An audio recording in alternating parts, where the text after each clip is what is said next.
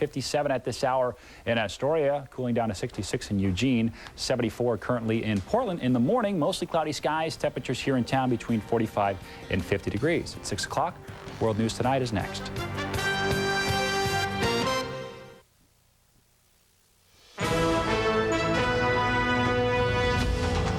World News Tonight, the Secretary of Defense is on his way home from overseas.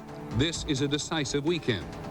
Investigators in Spain say they have broken a terrorist cell with links to Osama bin Laden. There were U.S. targets in their plans. The White House tells the Israeli Prime Minister his remarks about U.S. policy are unacceptable. And New York City from the Circle Line, a very different view. From ABC News World Headquarters in New York, this is World News Tonight with Peter Jennings. Good evening, everyone. This is going to be an important weekend for the United States. It is 3.5 weeks since the terrorists attacked the country. And at the White House and the Pentagon, the time has come for the next step. There's been no final decision about exactly what to do. Bomb the Taliban government in Afghanistan, drop food to the Afghans, do both things at once, or do something else. The military is ready to go. And this weekend, the White House will be debating the consequences of whatever happens next. The Secretary of Defense is on his way home from overseas, and ABC's John McWethy begins his report in Uzbekistan. Just hours before 1,000 American troops were to arrive, the president of Uzbekistan, with Defense Secretary Rumsfeld at his side, made it public. President Islam Karimov said American forces and aircraft are now being allowed to operate from his country, once part of the Soviet Union. It is true we have offered one airfield in Uzbekistan, all of its land facilities, in order to deploy a limited number of transport cargo planes and helicopters. The American troops arriving today will provide security. For now, U.S. activities are limited to teams used for search and rescue in Afghanistan and for humanitarian efforts. Karimov said he is not allowing American airstrikes to be launched from his soil or large ground operations. But he made it very clear the idea is being actively considered by his government. Officials say the airbase U.S. troops are now operating from was used by Soviet forces 21 years ago during their ill-fated invasion of Afghanistan. The Soviets eventually withdrew in defeat. 15,000 of their soldiers were killed. The Bush administration promises its war on terrorism will be entirely different. Rumsfeld made one final stop here in Turkey to reassure another friend whose air bases will also be needed in the days to come. As he heads for home, there's a growing sense that the talking is now over. John McWethy, ABC News, Ankara, Turkey. That wasn't your television set, that was transmission from the region. Other news from the region, a leading Arabic television service broadcast pictures this week of Osama bin Laden there on the right, and the Egyptian doctor Ayman al-Zawahri, believed to be his senior collaborators. Al Jazeera, the television network, said it thinks these pictures were taken after September the 11th, but we cannot confirm it. The Taliban said today it would be willing to put bin Laden on trial, but only if it sees proof of his involvement in the terror. In northern Afghanistan, a show of strength by the Northern Alliance, which opposes the Taliban. The leader of the alliance reviewed a parade of soldiers and their Soviet-era tanks. And in Pakistan, the British Prime Minister Tony Blair met the Pakistani President, General Musharraf. Mr. Blair said any U.S. military action should be proportionate and targeted. President Bush got off an unusually sharp rebuke today to the Prime Minister of Israel, Ariel Sharon. Yesterday, the Israeli Prime Minister had sharp words for U.S. policy, which were taken in the White House as an attack on the president. Today, the White House spokesman said those statements were unacceptable. And ABC's Terry Moran joins us with the beginning, the middle, but probably not the end of the story. Terry? Absolutely, Peter. The war of words that has erupted over the past 24 hours, White House officials insist does not signal any deeper problems between the U.S. and Israel. But there's no question the attacks of September 11th have put tremendous pressure on the relationship. This began as violence continued in the Middle East, and Prime Minister Sharon warned the U.S. not to pressure Israel in order to build an anti-terrorism coalition. He went so far as to compare that prospect to the appeasement of Adolf Hitler when he seized Czechoslovakia in 1938. Do not try to appease the Arabs on our expense. This is unacceptable to us. Israel will not be Czechoslovakia. The stinging comparison brought an extraordinary direct rebuke from the White House. And the president believes that these remarks are unacceptable. Israel can have no better or stronger friend than the United States, and better friend than President Bush. Since September 11th, the Bush administration has been working closely with Arab nations as it builds the coalition.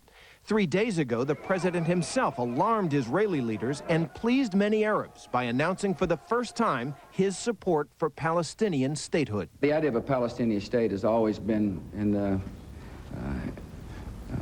a part of a vision, so long as the right to Israel to exist is respected. There is concern that the violence in the Middle East and the growing tensions between the U.S. and Israel could spill over into the war on terrorism. White House officials say the president was personally angered and offended by Prime Minister Sharon's remarks, and that's a sentiment echoed throughout the administration. Peter, as one top administration official put it, we've stood shoulder to shoulder to Israel, and to get this, it's not fair. Thanks, Terry. Terry Moran at the White House. The senior Republican on the Senate Intelligence Committee, Richard Shelby, told ABC News today that he thinks terrorist attacks on the United States are imminent. Now, he may know something the rest of us don't, but FBI sources told us today they have no specific credible evidence, no specific time, and no specific place.